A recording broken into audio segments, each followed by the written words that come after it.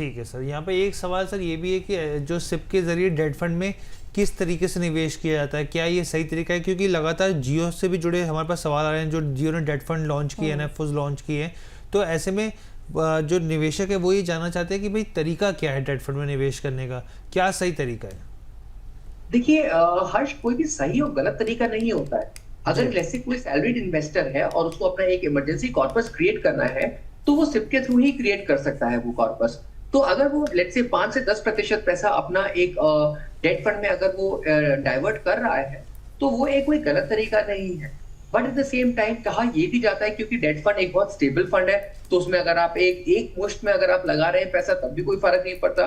तो depending upon पैसे की अवेलेबिलिटी क्या है, डिपेंडिंग अपॉन आपका गोल क्या है, डिपेंडिंग अपॉन आपको कितनी लिक्विडिटी की जरूरत है, ये सारे फैक्टर्स बहुत इंपॉर्टेंट फैक्टर्स होते हैं एक डेट फंड के चयन।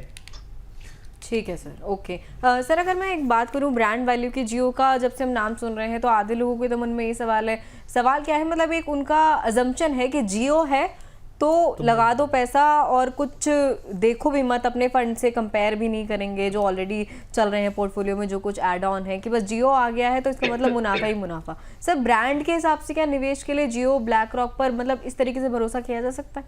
देखिए, blind faith is always a very difficult thing in any market. मैं चाहता हूं कि इन्वेस्टर्स जो इतना एमफी और सेबी जो कहते हैं म्यूचुअल फंड सही है, जागरूकता जो ला रहे हैं, उसके हिसाब से मैं चाहता हूं कि इन्वेस्टर्स को ये पता होना चाहिए कि उनका पैसा किस फंड में जा रहा है, किस फंड मैनेजमेंट टीम के पास जा रहा है, किस एसेट मैनेजमेंट कंपनी के पास जा रहा है, वो किस तरीके से काम करती है। तो उस केस में वो अपना ही भला कर रहे हैं, जहां उनको मोर एंड मोर नॉलेज मिल रही है, उनकी जिज्ञासा रिजॉल्व हो रही है और उनका पैसा भी ग्रो हो रहा है।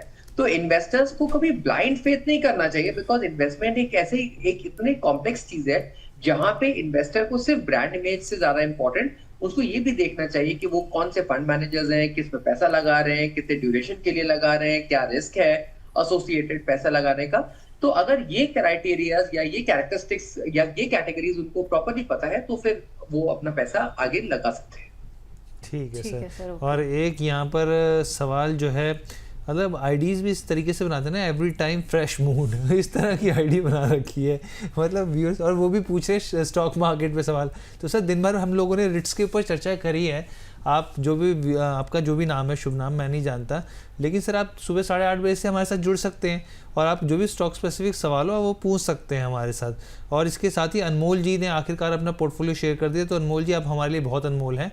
और आपके पोर्टफोलियो की अगर हम लोग बात करें यहाँ पर, तो इन्होंने पोर्टफोलियो में SBI रिटायरमेंट फंड लमसम करीब 5 लाख रुपए यहाँ पे निवेश कर रखे हैं। SBI स्मॉल कैप में 3000 की SIP चल रही है। अच्छा, SBI को लेके बहुत ही ज़्यादा बुलिश लग रहे हैं। SBI मिड और लार्ज कैप में 1000 की SIP चल रही है, और उसके बाद भी SBI फ्लैक्सी कैप भी है इनके पास, 1000 की SIP यहाँ चल रही है।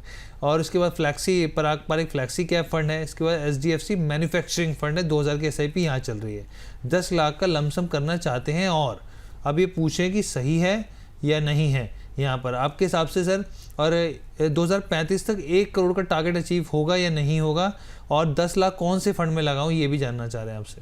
मैं दोबारा रिपीट करूं आपके लिए क्या फंड्स के नेम? देखिए अनमोल जी, आपके सवाल तो बहुत सारे हैं, if I am not wrong. देखिए सबसे पहले अगर मैं वो प्लेट देख सकता हूँ जहाँ पे मैं आपके फंड्स आपने जो बताए मुझे, सर तो मुझे जी सर, वो एक्चुअली टीम थोड़ा सा उस पर वर्क कर रही है, लेकिन मैं आपको एक बार वर्बली बता देता हूँ, यहाँ पे दोबारा से रिपीट कर देता हूँ सर। पहला है सर, देखिए इन्होंने रिटायरमेंट फंड में लमसम 5 लाख रुपए का निवेश किया हुआ है। SBI स्मॉल कैप में करीब 3000 की SIP चल रही है इनकी। फिर SBI mid and large cap में, यानी कि SBI स्मॉल हो गया, एक SBI mid cap and large cap हो गया, यानी 4000 रुपये की SIP यहाँ हो गई इनकी। फिर SBI फ्लैक्सी कैप हो गया, यहाँ पे 5000 की SIP हो गई। पारंपरिक फ्लैक्सी कैप में इन्होंने 3000 की कर रखी है, 8000 यहाँ हो गए। SDFC मैन्युफैक्चरिंग में भी इन्होंने 2000 की SIP चली, 10,000 यहाँ हो गए सर। और 10 लाख इन्होंने लमसम लगाना चाहते हैं, कहाँ लगाए? अगर ये 10 और इनका एक टाइम होराइजन कितना लंबा है? 10 साल सर, 2035 तक 1 करोड़ का टारगेट लेके चल रहे हैं ये सर। तो मैं इस फंड को, इस पोर्टफोलियो को मैं 2 या 3 भाग में मैं इसको तोड़ना चाहता हूँ, और उससे पता चलेगा कि ये किस तरीके से ग्रो करेंगे। अगर लेट्स से ये 10,000 रुपए जो आपने मुझे जिस तरीके से बताया, अगर 10 साल के लिए पैसा इन्वेस्ट कर रहे हैं और 15% अगर वो पैसा ग्रो हो रहा है, तो ऑलमोस्ट वो 27 लाख के आसपास, 28 लाख के आसपास वो पैसा जोड़ पाएंगे अपनी SIP से। ये तो हो गया एक थे। दूसरी चीज जो है, अगर इनका 5 लाख रुपए का जो एक रिटायरमेंट कॉर्पस जो उन्होंने तैयार किया है, और अगर वो पैसा भी अगर 15% से ग्रो हो रहा है और एक टाइम होराइजन 10 साल है, तो ये हो जाएगा 20 लाख। तो पहले का पैसा 28 लाख प्लस 20 लाख इज 48 लाख, और बाकी का ये जो 10 लाख रुपए इन्वेस्ट करने की सोच रहे हैं, अगर मैं उसको भी इनका जिस तरीके से इनका वो है तरीका, तो 40 लाख रुपए वहां से इन्वेस्ट इनका पैसा ग्रो हो जाएगा। तो ऑलमोस्ट इनका 90-95 लाख के आसपास का जो है वो एक कॉर्पस क्रिएट हो जाएगा 10 साल बाद, अगर ये 15% से इनका पोर्टफोलियो ग्रो होगा। ये तो बात रही आपकी कैलकुलेशंस की। सेकंड थिंग, क्योंकि आपका जो एक ड्यूरेशन है वो लंबे अरसे का ड्यूरेशन है, सर मैं आपको बताना चाहूंगा कि आप फ्लेक्सी मल्टी पूरा एक बैलेंस्ड पोर्टफोलियो, जिस तरीके से आपने एक एसआईपी का पोर्टफोलियो लिया है, आप उसी तरीके से अपना एक लमसम के लिए भी पोर्टफोलियो बना सकते हैं। बस ध्यान रखिए कि इंडिया में इस समय बहुत सारी एसेट मैनेजमेंट कंपनीज हैं, more than 45 asset management companies. आप सबका बेस्ट फंड्स या फ्लैगशिप फंड्स जिसको बोलते हैं, वो अगर आप लेंगे तो आपके लिए बेहतर रहेगा, जिससे आप कॉन्सेंट्रेशन रिस्क से भी बच सकते हैं, जो इस समय आप लेकर बैठे।